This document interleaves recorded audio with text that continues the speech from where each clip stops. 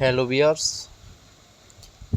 আমরা দেখতে পাচ্ছি মনোরিক্স কিছুদিন আগে টোকেন ক্লেম করার জন্য 1.3 কারো কারো ক্ষেত্রে 3টা টন 4টি টন ইত্যাদি করে ফি নেওয়ার প্রলোভন দেখিয়েছিল।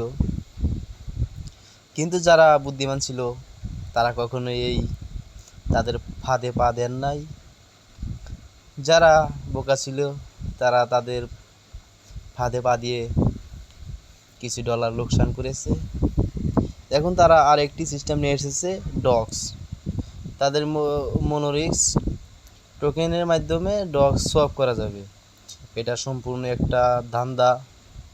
আবার যদি আপনারা সোয়াপ করতে চান তাহলে আবার প্রতারণার শিকার হবেন। তাই আপনাদেরকে সতর্ক থাকতে হবে, এই ধরনের কোনো স্ক্যামে পা দেওয়া যাবে না।